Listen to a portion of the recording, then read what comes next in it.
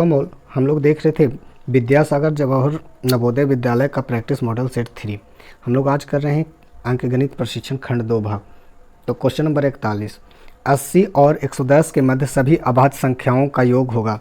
तो अभाज्य संख्या के लिए हमने बताया था कि अगर याद नहीं है तो फॉर्मूला यूज करना है 6n प्लस माइनस 1।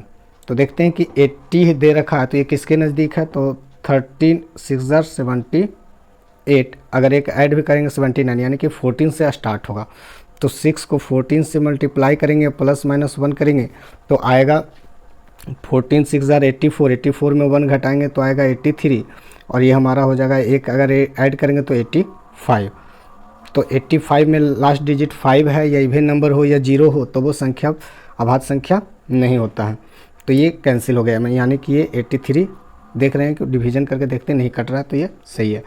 फिर आगे देखते हैं 6 × 15 प्लस माइनस 1 करेंगे तो 19 में से 1 गया 89, यानी कि एक आ गया 83 मेरा 89, और 90 में 1 ऐड करेंगे तो 91, 13 सत्ते 91 होता है, ये कैंसिल हो गया, यानी कि दूसरा 89 आ गया।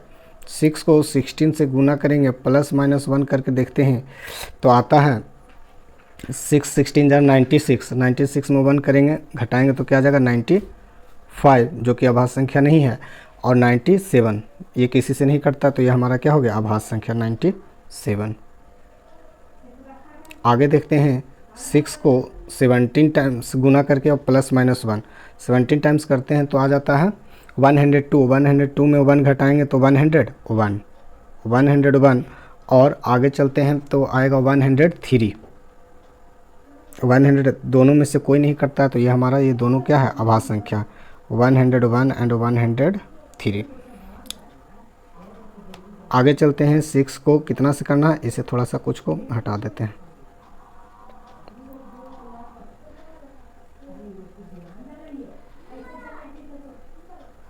सिक्स को 18 से करते हैं प्लस माइनस 1, 6 को 18 से करते हैं आता है 108, 108 में 1 घटेगा तो आएगा 107, और 108 में 1 ऐड करेंगे 109, ये दोनों किसी से नहीं कटता है, तो ये भी हमारा क्या हो जाएगा 107 एंड 109। इतनी सारी हमारी अभाज्य संख्या निकल के आ गई। तो यही क्वेश्चन था। ऐसे आपको क्या करना पड़ता, 80 के बाद 81 को भाग दे करके देखना पड़ता, 82 83 84 एक एक नंबर को। तो ये ज़्यादा है, इससे 2 से 3 बार प्रैक्टिस करेंगे तो पता चल जाएगा कि कौन संख्या कटता है आसानी से, कौन सी संख्या नहीं। तो ये हमारी अभाज्य संख्या है। तो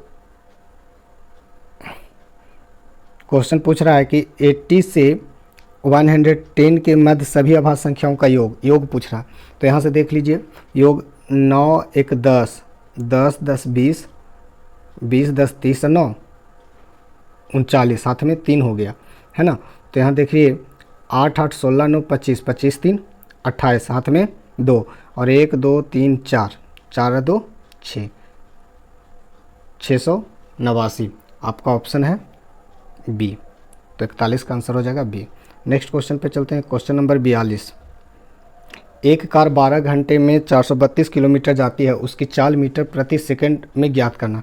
तो चाल बराबर होता है दूरी अपॉन समय। तो दूरी दे रखा है 432 किलोमीटर और समय दिया हुआ है 12 घंटा। इसे अगर काट दें तो हमारा आ जाएगा 12 तिया 36 और 12 छक 72, यानी कि हमारा जो आ गया 36 किलोमीटर पर आवर। लेकिन यहाँ पे क्वेश्चन दे रखा है उनके चाल मीटर प्रति सेकंड में। तो हमने बताया था कि किलोमीटर पर आवर को मीटर प्रति सेकंड में जब हम बदलते हैं तो उस संख्या को 5/18 से क्या कर देते हैं, गुना कर देते हैं। तो इसे भी 5/18 से गुना करेंगे, 18 दूनी 36, तो ये हो जाएगा मीटर पर सेकंड। तो 5 दूनी 10 मीटर पर सेकंड। हमारा आंसर कौन सा हो जाएगा, ऑप्शन नंबर ए, 42 का ए। नेक्स्ट क्वेश्चन पे चलते हैं। क्वेश्चन नंबर 43, 5% वार्षिक ब्याज की दर से कितना धन 3 वर्ष में ब्याज के रूप में 60 रुपया अर्जित करेंगे। तो यहाँ पे कितना धन यानी कि पी पूछ रहा है, तो पी को 100 मान लेते हैं, आर दिया हुआ है 5% और टी हमारा दिया हुआ है 3 वर्ष। तो इंटरेस्ट हमारा कितना हो जाएगा, 5 दिया 15 रुपया, ठीक है। इंटरेस्ट हमारा 15 रुपया दिया गया है, यहाँ पे इंटरेस्ट 7 रुपया ब्याज के रूप में लेते हैं, यानी कि ब्याज हमारा 15 रुपया दिया हुआ का तुलना दिया से, और हमारा मूलधन है 100 रुपये माने थे, कितना धन, तो वही पूछ रहा 15 चौ 60 यानी कि 400 रुपया। आपका ऑप्शन हो गया option number B. Question number next चलते हैं 44। एक गोदाम में किराया 750 रुपये प्रति माह है। मकान मालिक के द्वारा 7% किराया बढ़ाने पर, यानी कि लाभ भी इसे समझ सकते हैं, निर्णय ले गया, तो वह वर्तमान में गोदाम का मासिक किराया कितना हो। ये लाभ हानि की तरह क्वेश्चन को अगर सोचें तो इस प्रकार से हो सकता है कि किसी गोदाम का क्रय मूल्य या किसी सामान का क्रय मूल्य 750 रुपया अभी है ना, तो वह व्यक्ति उसे 7% लाभ पर बेचना चाहे तो वह कितना में प्राप्त करेगा, बेचेगा, है ना, वर्तमान में कितना उसका विक्रय मूल्य होगा।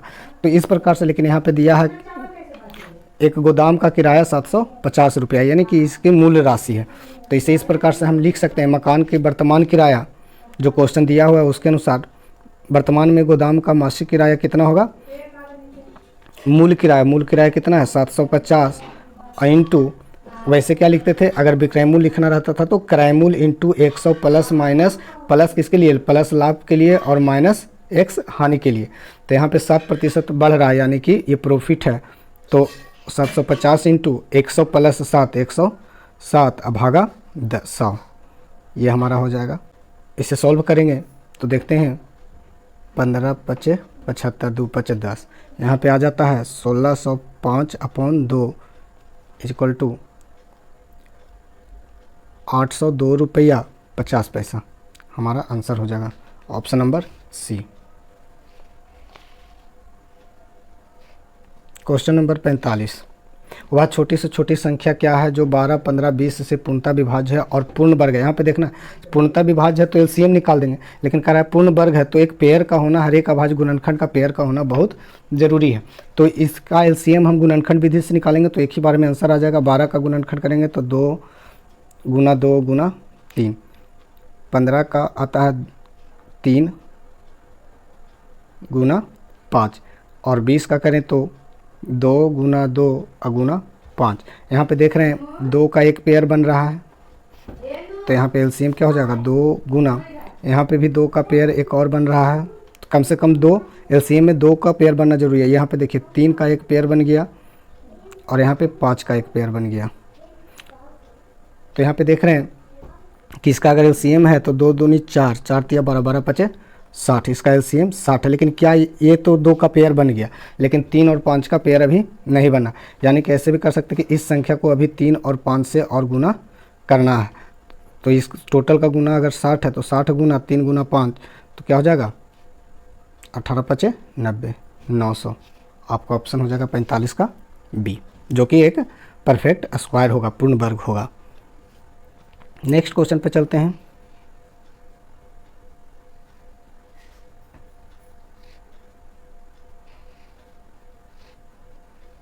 Question number 46। एक व्यक्ति 24 रुपये प्रति दर्जन की दर से 2 दर्जन संतरे खरीदता है। 2 रुपये प्रति दर्जन, 24 रुपये प्रति दर्जन यानी कि 2 रुपये पीस, तो 2 दर्जन संतरे का क्रय मूल्य निकाल लेते हैं, और 3 रुपये प्रति संतरा की दर से बेच देता है, तो उसको कितना का लाभ या हानि हुआ। तो 2 दर्जन का संतरे का क्रय मूल्य है ना, इसे लिखेंगे लैंग्वेज में, 2 दर्जन संतरे का क्रय मूल्य बराबर, तो 24 गुना 2, 24 गुना 2 बराबर 48 रुपया। अब कह रहा है कि 3 रुपये प्रति संतरा की दर से बेच देता है, यानी कि 2 दर्जन संतरे का विक्रय मूल्य बोले बेच देता है तो 3 रुपये पीस, यानी कि 1 दर्जन में 12 पीस, और 2 दर्जन में और 2 से गुना, 12 × 36 दूनी 72, 72 रुपया हमारा विक्रय मूल्य है और क्रय मूल्य 48 रुपया। तो कहता है कि कितने का लाभ या हानि होगा। तो यहाँ पे क्रय मूल्य है 48 रुपया, टोटल संतरा खरीदने में उसे 48 रुपया लगा और बेचा 72 रुपया में, तो ऑब्वियस है कि उसके क्या हुआ, लाभ हुआ। तो लाभ बराबर होता है विक्रय मूल्य माइनस क्रय मूल्य, यानी कि 72 माइनस 48 करेंगे तो आ जाएगा 6 में से 4 गया 24, 24 रुपये का उसे प्रॉफिट होगा। ऐसे भी आप समझ सकते थे इस क्वेश्चन को, सिंपल सी बात कि एक का क्रय मूल्य अगर 24 रुपये में 1 दर्जन खरीदता, यानी कि एक संतरा 2 रुपये में खरीदता और बेचता कितना में है ₹3 में। एक संतरा वह ₹2 में खरीदता है और ₹3 में बेचता है, ₹1 का क्या होता है, लाभ होता है। तो 2 दर्जन संतरा में कितना लाभ होगा, तो 2 दर्जन में 24 पीस, तो ₹24 का लाभ होगा। तो ₹24 का लाभ, option number B. Question number 47, 144 का 3/4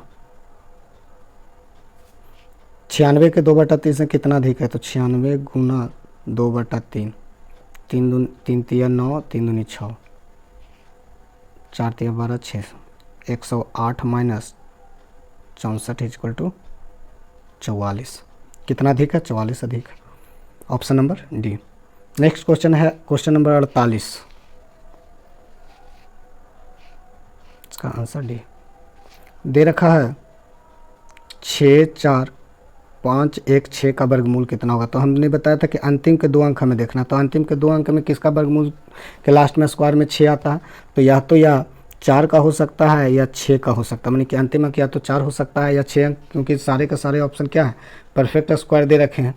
तो ये 4 का हो सकता है या 6 का, तो 6 तो किसी में लास्ट में इकाई अंक यूनिट प्लेस है नहीं, और 2 इसका होगा नहीं, क्योंकि 2 दूनी 4, इसका अंतिम अंक 4 आता है, तो ये होगा नहीं। तो अब देखना है इतना में से, और ये बचा 645, तो किसके स्क्वायर से कम है, तो किसके स्क्वायर से कम है, तो देखते हैं कि 25 का स्क्वायर 625 आता है, 26 का स्क्वायर कम से कम 30 तक का स्क्वायर जरूर याद रखें। 26 का स्क्वायर 676 आता है, तो 676 से कम है यानी कि 25, तो यहाँ पे भी 25 और यहाँ पे भी 225। तो अभी ऑप्शन के अनुसार देख रहे हैं कि इसका 2 ही वर्गमूल आ सकता है, या तो 254 रहे या 256 है। तो 256 तो ऑप्शन में कहीं है नहीं, तो इसका आंसर 254। लेकिन जब 256 भी ऑप्शन में होता तो हमने बताया था कि जो आप यहाँ पे डालते हैं इसके बीच में 5 डाल करके स्क्वायर कर देते हैं। तो हमने बताया कि अगर ये 5 का इस प्रकार का स्क्वायर है तो लास्ट में 25 लिखा जाता है, और यहाँ 25 है तो इसको 26 से गुना करके लिख देते हैं। तो 26 से जब गुना करेंगे तो आएगा 650, तो 650। तो अब जो वास्तविक संख्या है बड़ा है या छोटा है, तो देख रहे हैं कि 65,025 से 64,516 छोटा है, यानी कि ये संख्या छोटा होता है, छोटा वाले का एग्जैक्ट वर्गमूल 254 आएगा, और ये बड़ी वाली, अगर इससे संख्या ये वाला बड़ा होता तो ये हमें 256 लाता, तो अभी छोटा है तो 254 ही इसका एग्जैक्ट आंसर, 48 का ए। नेक्स्ट क्वेश्चन पे चलिए, क्वेश्चन नंबर 49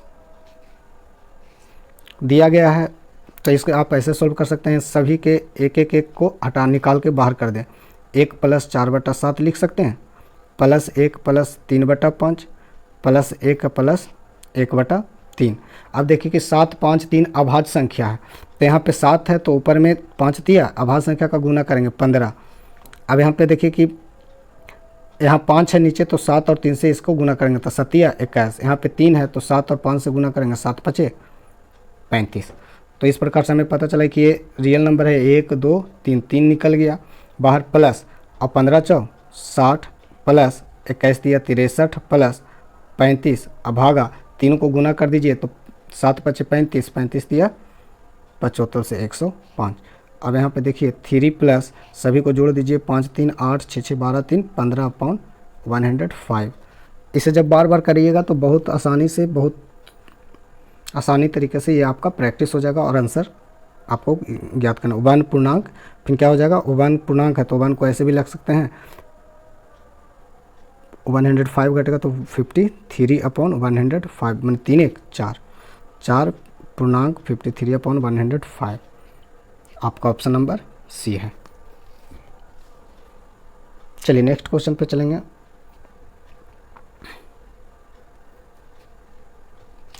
क्वेश्चन नंबर 50, 1/2 दे रखा है, 1/2, 2/5, 3/8, 7/13।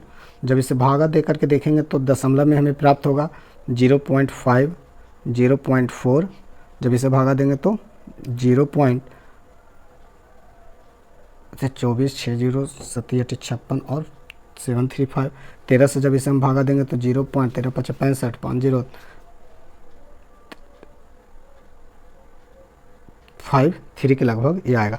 तो अब इसे हमें आरोही क्रम का मतलब होता है बढ़ते क्रम, यानी कि छोटा से बड़ा। तो सबसे छोटा कौन है, तो ये सबसे छोटा मान है तो 3/8। इसके बाद कौन सा है, तो 0.4 है तो 2/5। इसके बाद है हमारा 1/2 और उसके बाद 7/13। 7/13 सबसे बड़ा है, तो आरोही में बढ़ते क्रम, तो ये वाला क्रम किस में है, तो इसका क्रम ऑप्शन नंबर ए में है।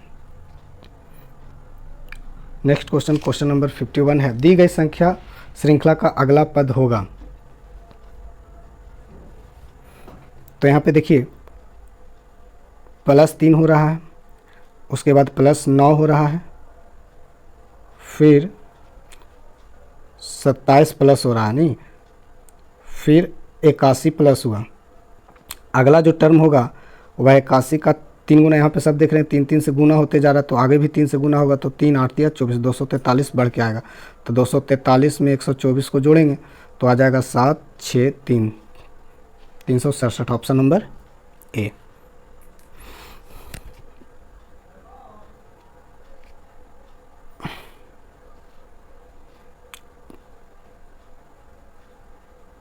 नेक्स्ट क्वेश्चन है क्वेश्चन नंबर 52। देखते हैं, अगर इसे इस प्रकार से कर दिया जाए तो एक आयत का रूप ले लेता है जिसकी लंबाई कितनी हो जाएगी 10, तो ये भी यहाँ से लेकर के यहाँ तक 10 हो जाएगा।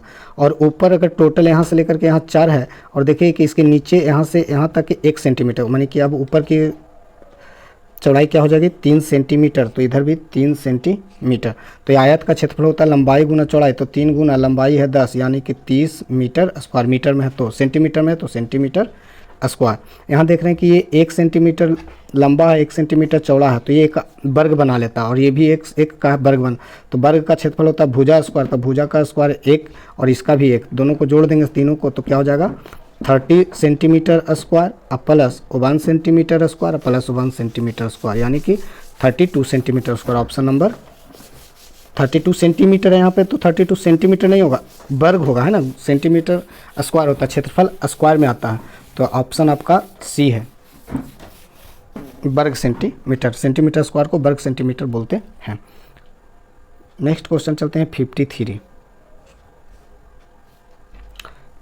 8,630 रुपये के मूलधन पर 3 वर्ष के बाद कितने प्रतिशत वार्षिक ब्याज की दर से 1,553 रुपये 40 पैसा साधारण ब्याज मिल सकता है। यहाँ पे पी दिया हुआ है 8,630 रुपया, आर पूछ रहा है टी 3 वर्ष और ब्याज की दर से इतना रुपया साधारण ब्याज, यानी कि इंटरेस्ट, सिंपल इंटरेस्ट दे रखा है, क्या है भाई 1,553 रुपया 40 पैसा। ठीक है, तो कह रहा है कि आर बराबर होता है सिंपल इंटरेस्ट इंटू 100 अपॉन, सभी से भागा दे देते हैं तो P into T. Simple interest हमारा दिया हुआ है 1,553 रुपया 40 पैसा गुना 100 भागा हमारा अमाउंट दे रखा है 8,630 और गुना 3 वर्ष। दशमलव को हटाएंगे 100 नीचे गुना हो जाएगा 2 पॉइंट से, ये 100 से 100 कट गया, ये 1 0 से 1 0 इधर कट गया, भागा दे करके देखते हैं 5 दिया 15, एक बार में 5, 2 3 7 21, 2 4 8 24, 6 बार में ये भी कट जाएगा, 6 18, 36 1 37 और 8 6 48, 49 50 51 6, यानी कि 6% रेट प्रतिशत में लिखा था परसेंटेज में। ऑप्शन नंबर ए 53 का ए। नेक्स्ट क्वेश्चन पे चलिए, क्वेश्चन नंबर 54। ए एक काम को 12 दिन में, ए किसी काम को 12 दिन में, बी वही काम को 16 दिन में पूरा कर सकता है। इसी काम को ए और बी दोनों मिलकर कितने दिनों में पूरा कर सकते हैं। तो ए किसी काम को 12 दिन में और बी उसी काम को 16 दिन में करते हैं, यानी कि रियल उस काम का जो टोटल वर्क है वो कितना मान लेते हैं, तो दोनों का एलसीएम निकालना।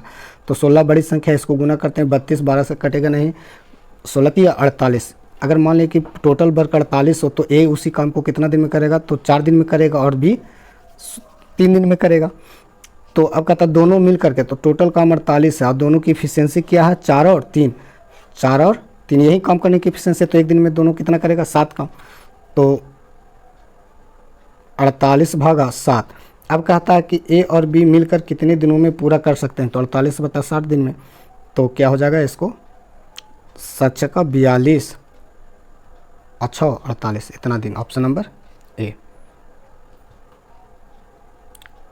Question number 55। नेक्स्ट गुना करते हैं। जब गुना करेंगे तो हमारा आएगा, इसे सॉल्व करेंगे तो 97.31 और उसमें ऐड करना है 76.12, 3 4 173.43, ऑप्शन नंबर सी। चलिए नेक्स्ट क्वेश्चन पे चलिए, हटा लेंगे। क्वेश्चन नंबर 56, 14 मीटर लंबे 12.5 मीटर चौड़े फर्श को बनाने के लिए 10 सेंटीमीटर गुना 7 सेंटीमीटर की कितनी ईंटों की आवश्यकता पड़ेगी? तो टोटल ईंटों की आवश्यकता पड़ेगी, फर्श का क्षेत्रफल अपॉन ईंट का क्षेत्रफल, एक ईंट का क्षेत्रफल। तो फर्श का था 14 मीटर है, तो 14 गुना 100 सेंटीमीटर में बदल गया, गुना 15/2, 12 दूनी 24, 1 25, 25/2, तो पूरा में कर इतना मीटर है, 25/2 क्या है? मीटर है। तो इसको सेंटीमीटर बनाने के लिए 100 से गुना। अब करा के भागा करना है, तो 10 गुना 7 सेंटीमीटर में है, तो इसे सेंटीमीटर में बदलने की ज़रूरत नहीं है क्योंकि ऊपर हमने सेंटीमीटर में बदल दिया। तो 7 दूनी 14, 2 से 2 कट गया, 1 शून्य यहाँ से कट गया, ये बच्चा कितना? 25 पे 3 0, 25 पे 3 0। आंसर हो जाएगा आपका ऑप्शन नंबर बी, 25,000 ईंट बनेंगे। चलिए नेक्स्ट क्वेश्चन है,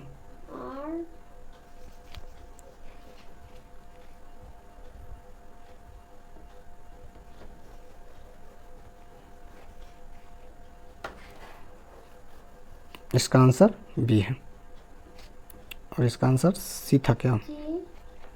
चलिए क्वेश्चन नंबर 57 देखते हैं। एक आयताकार खेत की लंबाई 15.5 मीटर है और चौड़ाई 9.5 मीटर है। खेत के 6 चक्कर लगाने में किसी को कितना समय लगेगा? चक्कर लगाएगा यानी कि खेत की बाउंड्री पे दौड़ेगा, और जब वो खेत की बाउंड्री पे दौड़ेगा तो टोटल क्या तय करेगा? दूरी तय करेगा। दूरी परिमाप को रिप्रेजेंट करता है, तो दूरी परिमाप को, तो खेत में चक्कर लगाने में कितना समय लगेगा? यदि वह 1 मिनट में 60 मीटर चलता हो तो पहले तो कि आयताकार खेत का परिमाप क्या आएगा? तो परिमाप बराबर होता है 2 इंटू लंबाई प्लस चौड़ाई। तो 2 इंटू लंबाई कितना दे रखा है? 2 इंटू एल प्लस बी। तो 2 इंटू लंबाई है 15.5 प्लस चौड़ाई है 9.5, 15 5 16 9 25, 25 दूनी 50 मीटर हमारा क्या हो जाएगा? आयताकार खेत की परिमाप है। तो कहता है 6 चक्कर लगाएंगे, तो 6 बार दौड़ेगा तो वो कितना दूरी तय कर लेगा? 300 मीटर की दूरी तय कर लेगा। अब यहाँ पे देखना है कि यदि वह 1 मिनट में 60 मीटर चलता है तो 60 मीटर वह कितने देर में तय करता है? तो 1 मिनट में। 60 मीटर वह 1 मिनट में तय करता है, तो 1 मीटर वह कितने? 1/60, इसलिए 300 मीटर वह कितने मिनट में, कितने समय में दूरी तय करेगा? गुना 300, 5 मिनट में। आपका आंसर हो जाएगा ये। यहाँ से भी आप देख सकते हैं कि टोटल दूरी 300 मीटर है, तो 60 मीटर दूरी 1 मिनट में, तो 300 मीटर दूरी 5 गुना टाइम में, तो 5 मिनट में। Next question, question number 58। एक घड़ी को 448 रुपये में बेचने पे 20% की हानि होती है। घड़ी को कितने रुपये में बेचा जाए कि 10% का लाभ हो? तो घड़ी को अगर घड़ी का विक्रय मूल्य 480 रुपया है तो उसे 20% की हानि होती है, यानी कि अगर इसका क्रय मूल्य हम इज इक्वल टू क्या होता है? विक्रय मूल्य। तो विक्रय मूल्य कितना में घड़ी 480 रुपये में बेचा था तो उसे 20% की हानि होती है, तो क्रय मूल्य बराबर होता है विक्रय मूल्य इंटू 100 अपॉन 100। यहाँ पे हानि है तो माइनस करेंगे, 100 माइनस 20 यानी कि 80, 8 छक्का 48। उस घड़ी का क्रय मूल्य कितना था? 600 रुपया। तो अब कहता 600 रुपया तो कितने में बेचा जाए कि 10% का लाभ हो? जब क्रय मूल्य हमें निकल गया तो इस क्रय मूल्य पे कितना में बेचें कि 10% का लाभ हो? तो विक्रय मूल्य कब? जब 10% का लाभ हो। तो विक्रय मूल्य बराबर होता है क्रय मूल्य इंटू, तो क्रय मूल्य हमारा कितना है? 600 इंटू 100 प्लस एक्स करेंगे, 100 प्लस यहाँ पे 10% दे रखा है तो 100 प्लस 10 करेंगे, क्योंकि 10 प्लस 10 किसके लिए होता है? लाभ के लिए। तो 600 गुना 110, अब भागा 100, तो इसे कर देंगे 2 0 से 2 0, 11 छक 66, 660 रुपया। आपका आंसर हो जाएगा ऑप्शन नंबर डी, 58 का option number D. Question number 59। 20 से कम सभी विषम संख्याओं का औसत मान। तो हम जानते हैं कि प्रथम n विषम संख्या का औसत n होता है। तो n क्या है? n कोई विषम नंबर नहीं है, विषम संख्या नहीं है। n पोजीशन है कि कितने स्थान पे विषम संख्या आता है। तो हमें पता करना है कि अगर संख्या दिया हुआ है तो हम बताए थे कि विषम संख्या का पोजीशन याद कर निकालने के लिए 2 से हम भागा दे देते हैं। 20 से पहले यानी कि 19 तक के सम संख्या होगा। अगर संख्या विषम है तो 2 से तो कटेगा नहीं, तो इसके लिए हमने बताया था कि अगर विषम हो तो 1 जोड़ करके भाग देते हैं। अगर सम हो तो यहाँ पे सम ही दे रखा, 20 से कम संख्या 20 से कम यानी कि 2 से भागा देंगे। विषम संख्या टोटल कितने हैं? 20 से पहले यानी कि 19 तक टोटल विषम संख्या 10 है। तो इसका आंसर डायरेक्ट क्या हो जाएगा? ऐसे भी कर सकते हैं, प्रथम 10 विषम संख्याओं का औसत 10 होगा। इसमें कौन कौन आ जाएंगे? तो आ जाएंगे 1, 3, 5, 7, 9, 11, 13, 15, 17, 19। ऐसे भी जोड़ लीजिए। 19 एक 20, 20 दूनी 40, 20 या 60, 20 चौ 80 और 20 पचे 100 और टोटल संख्या कितना हो जाता है? 10। 1, 2, 3, 4, 5, 6, 7, 8, 9, 10। तो 100 भागा 10 जोड़ करके कितना आता है? 100। 100 भागा 10 करेंगे कितना आ गया? तो हमें वो नहीं निकालना है कितनी बड़ी, अगर ये तो छोटी संख्या वैल्यू दे रखी है 20 तक, अगर दे दे कि 50 से कम सभी विषम संख्याओं का औसत क्या होगा तो 25 होगा।